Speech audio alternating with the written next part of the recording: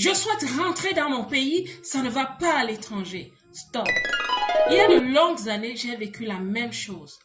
À un moment donné, j'ai voulu tout remballer pour rentrer dans mon pays natal. Énormément de personnes vivent ce syndrome dans la diaspora. Chaque année, ces personnes décident de rentrer au pays parce que ça ne va pas.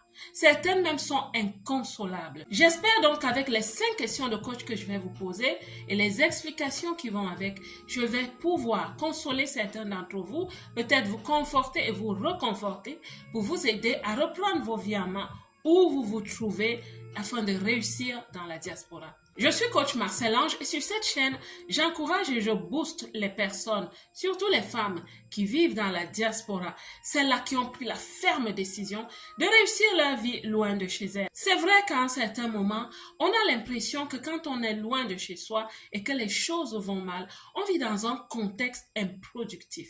On a l'impression qu'on étouffe, on n'en peut plus.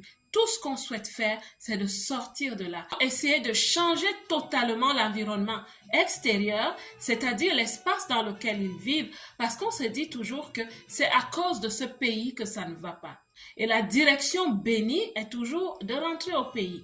Dans cette vidéo, je vais te poser 5 questions de coach en espérant que les explications que je vais te donner vont pouvoir te consoler, te raisonner et t'aider à reprendre ta vie en main afin de réussir dans la diaspora. Question numéro 1. Pourquoi es-tu venu à l'étranger? Parfois, on oublie cette question. Parfois, on oublie la raison pour laquelle on a quitté nos pays, quitté notre culture, la famille, les amis, le climat, la bouffe, la bonne bouffe de chez nous. On oublie parfois pourquoi on est parti. Pourquoi est-ce qu'on a traversé les frontières? Certains d'entre vous, vous avez pris l'avion.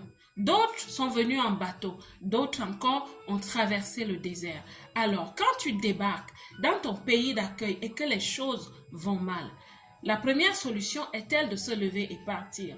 Pourquoi es-tu venu, ma belle? Tu es venu parce que tu as des rêves, de très grands rêves, des rêves qui dépassent ta propre vie.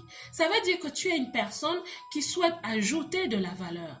Je comprends que parfois, quand on n'arrive pas à le faire, on se dit, on jette l'éponge et on rentre au pays. Mais est-ce que c'est la bonne solution? L'exercice que je vais donc te donner, ma belle, c'est de t'asseoir tranquillement, de prendre un stylo et une feuille et d'écrire la liste des raisons pour lesquelles tu es venu à l'étranger. C'était quoi ta vision?